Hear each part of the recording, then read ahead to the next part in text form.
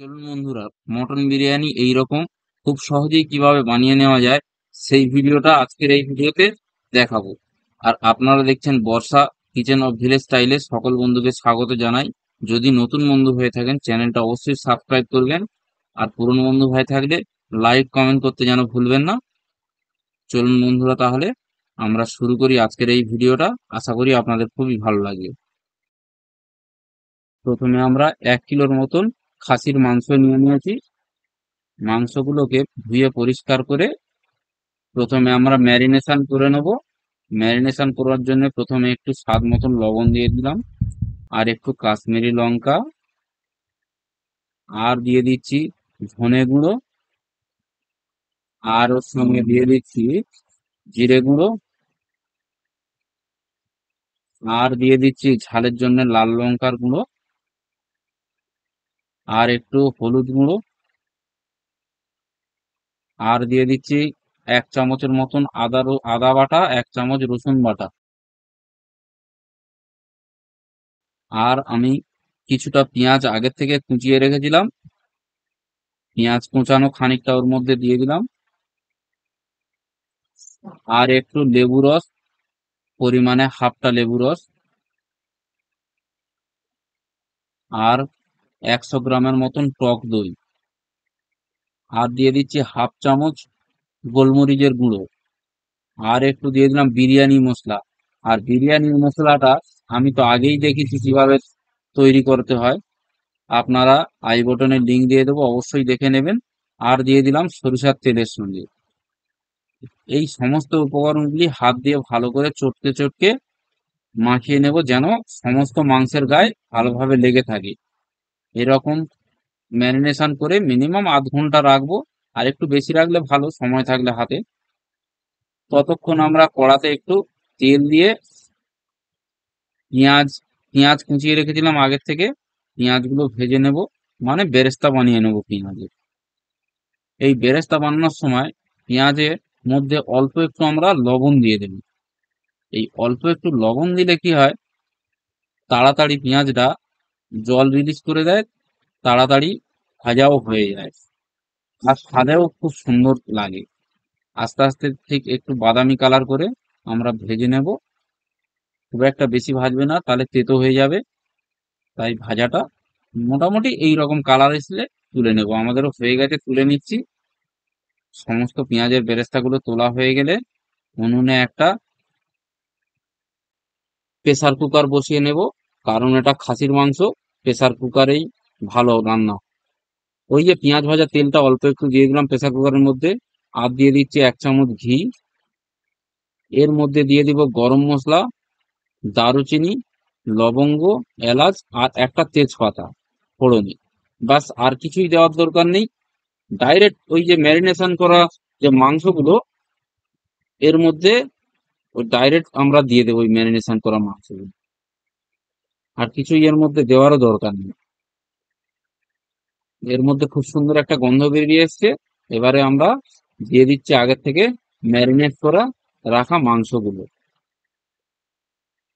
এভাবে সমস্ত মাংসগুলো দিয়ে ভালো করে কষিয়ে নেব, আস্তে আস্তে করে চাপা দিয়ে দিয়ে ভালো করে কষিয়ে নেব।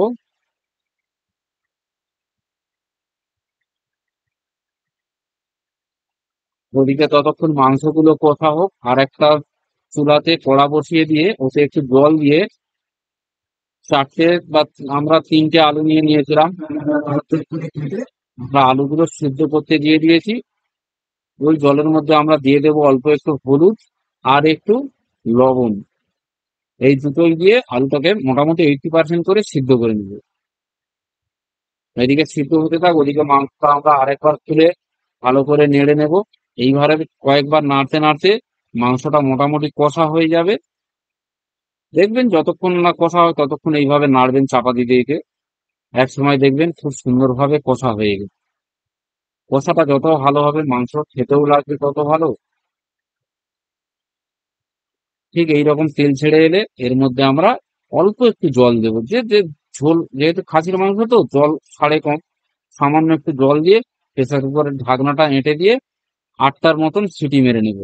আর এদিকে একটা কড়া বসিয়ে দিয়ে ওই যে সেদ্ধ করা হয়েছিল আলুগুলো, ওই আলুগুলোকে আমরা কড়ার মধ্যে দিয়ে অল্প একটু করে ভেজে নেবো। এতে কি হবে, বাইরের দিকের কোটিংটা একটু হার্ড হয়ে যাবে, তাতে কি হবে ভিতরে গিয়ে ভেঙে যাবে না, আর স্বাদও একটু খুব ভালো লাগবে। তাই এইগুলোকে একটু উল্টে পাল্টে ভালো করে একটু বাইরের দিকটা ভেজে নেব। খুব একটা বেশি ভাজার দরকার, ঠিক এইরকম ভাবে ভাজলেই হয়ে যাবে। আপনারা দেখতে পাচ্ছেন নিশ্চয় ছবিতে। এরকম ভাজা হয়ে গেলে এটাকে একটা জায়গায় তুলে নেব। আর তুলে নিয়ে আমরা ওই জায়গায় একটা ডেকচি বসিয়ে ওর মধ্যে জল দিয়ে, জলের মধ্যে 1-2 চামচ সাদা তেল আর দারুচিনি, লবঙ্গ, এলাচ এর মধ্যে দিয়ে দেব। আর দিয়ে দেবো সাজিরে। আর দিয়ে দেবো এতে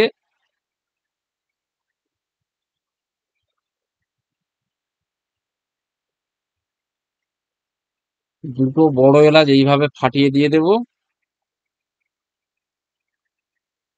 আর একটু লবণ, এই লবণটা একটু বেশি দিতে হয়, কারণ জলটা ফেলে দেবো যাতে ভাতের মধ্যে লবণটা ঠিক হয়। দিয়ে জলটা ফুটুক ততক্ষণ। আর একটু বাটিতে একটা গরম জল নিয়ে 1 চামচ গুঁড়ো দুধ, 1 চামচ বা 2 চামচ মতো গুঁড়ো দুধ দিয়ে দুধটাকে গুলিয়ে নেব। গুলিয়ে নিয়ে ওর মধ্যে কিছুটা কেশর ভিজিয়ে রাখবো। কিছুক্ষণ ভেজার পর কালারটা ঠিক এই রকম হলুদ হয়ে যাবে। এর মধ্যে দিয়ে দেব আমরা গোলাপ জল 2 চামচ। আর দিয়ে দেব কেওড়া জল, ঠিক এইরকম কেওড়া জল আমরা ওটাও দিয়ে দেব 2 চামচের মতো।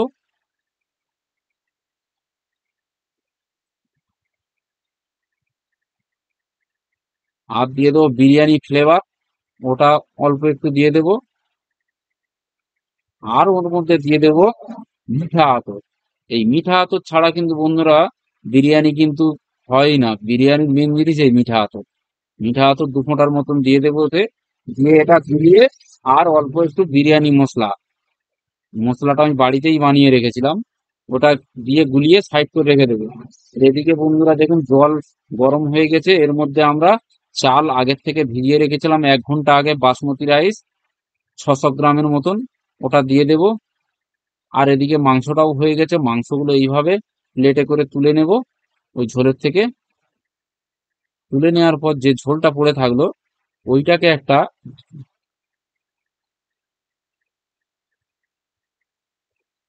ওই ঝোলটা যে পড়ে আছে না, এর মধ্যে অনেক কুঁচো হাড় আছে, এইটাকে একটা ছাঁকনির মধ্যে দিয়ে ছেঁকে নিয়ে নেবো।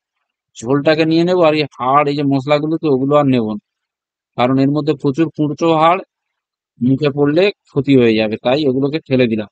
দিয়ে এই ঝোলটাকেও সাইড করে রেখে দিলাম। আর এদিকে ভাতটাও প্রায় হয়ে এসছে। এবার এই ভাতের মধ্যে আমরা 2 চামচ ভিনিগার দিয়ে দিচ্ছি।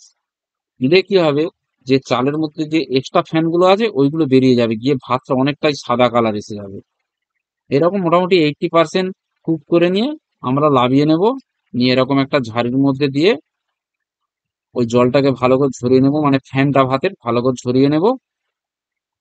এবারে বিরিয়ানিটা সাজানোর পালা। এরকম একটা তাওয়া বসিয়ে দিয়েছি চুলাতে গরম হওয়ার জন্য। আর এদিকে বিরিয়ানিটা সাজানোর জন্য একটা ডেকচিতে 2 চামচ ঘি দিয়ে ওইটা ভালো করে চারিদিকটা লাগিয়ে দিলাম। দিয়ে প্রথমে অল্প করে কিছুটা ভাত দিয়ে দেব। তার উপরে আমরা সাজাবো মাংসের যে টুকরোগুলো তুলে রেখেছিলাম, ওইগুলোকে সাজিয়ে দেবো। ঠিক এইভাবে আপনারাও দেখুন, এইভাবে যেভাবে আমি সাজাচ্ছি এইভাবে সাজাবে। এর মধ্যে দিয়ে দেবো 2-4টে আলু, যেহেতু আমরা দুটো লেয়ার বানাবো মাংস, হাতের লেয়ার 3টে। অল্প করে পেঁয়াজের বেরেস্তা দিয়ে এবারে আবার 1 লেয়ার হালকা করে ভাত দিয়ে দেব। এই ভাতের উপরে ওই একইভাবে একটু বিরিয়ানি মশলা ছড়িয়ে দেব। এই ভাতের উপরে আবার একটু পেঁয়াজের বেরেস্তা ছড়িয়ে দিলাম। বেরেস্তা ছড়িয়ে দেওয়ার পর মাংসের টুকরোগুলোকে আবার ওই একই পদ্ধতিতে সাজিয়ে দেব। আর এগুলো সাজিয়ে আবার ভাত দিয়ে তার উপরে বাকি পেঁয়াজের বেরেস্তা গুলো ছিল দিয়ে দিলাম। আর ওই যে দুধের সঙ্গে যে গোলাপ জলটার উপরে মেশানো ছিল ওইটাকে উপর থেকে ঘুরিয়ে ঘুরিয়ে ভালো করে দিয়ে দেব। আর যে মাংসের যে ঝোলটা তুলে রেখেছিলাম ওটাকেও ঠিক এইভাবে দিয়ে দেবো। ক্রস করে করে দিয়ে দেবো, যাতে ভাতে পুরোটা ভালো লাগবে, কালারটাও খুব সুন্দর আছে। এবারে এর মধ্যে আমরা দিয়ে দেবো ঘি। ঘিটা আপনারা একটু পরিমাণ বুঝেই দেবেন, যে যে ঘি পছন্দ বেশি করলে দেবেন, নাহলে অল্প করে দেবেন। এই ঘি দিয়ে এর উপরে ফয়েল পেপার চাপা দেবো। আপনারা এই ফয়েল পেপারের বদলে আপনারা চাইলে আটা দিয়ে মুখ বন্ধ করে একটা ঢাকনাও দিয়ে দিতে পারেন, কিন্তু আমি আর অত ঝামেলায় গেলাম না। এই ফয়েল পেপার চাপা দিয়ে দেবো। অল্প একটু ফয়েল পেপার উপরে জল দিয়ে আবার একটা পার্ট যখনই চাপা দেবো, দুটো একদম খুব সুন্দরভাবে ধরে নেবে। এটাই ফয়েল পেপারের একটা গুণাগুণিতা। এই পেপার দিয়ে আমরা ভালো করে মুখটা সিল করে দেবো। আপনারা চাইলে ফয়েল পেপার না দিয়ে আটা দিয়ে মুখ আটা দিয়ে এর একটা ঢাকনা দিয়ে সিল করে দেবেন, যেন ভিতরে স্টিমটা না বাইরে বেরিয়ে যায়। দিয়ে আমরা ওই তাওয়াটা গরম এতক্ষণে হয়ে গেছে, ওই তাওয়ার উপরে বসিয়ে দেব। ওই তাওয়ার উপরে বসিয়ে দিলে প্রথমে আমরা 5 মিনিট ফুল স্টিমে গ্যাসের ফ্লেমটা ফুল স্টিমে রাখবো। তারপরে medium to low to medium করে দিয়ে আরো মিনিট 15, মোট 20 মিনিট এইভাবে রাখবো। আর 5 মিনিট আরো দমে রাখবো নিচে লাগিয়ে, তারপরে খুলে দেখুন বন্ধুরা কত সুন্দর হয়েছে বিরিয়ানিটা। ঠিক এইরকমই হয়ে যাবে। বিরিয়ানির কালারটাও খুব সুন্দর আসবে আর খেতেও লাগবে অনেক ভালো। আশা করি আপনাদের খুব ভালো লেগেছে। কেমন লাগলো কমেন্টে যেন জানাতে ভুলবেন না।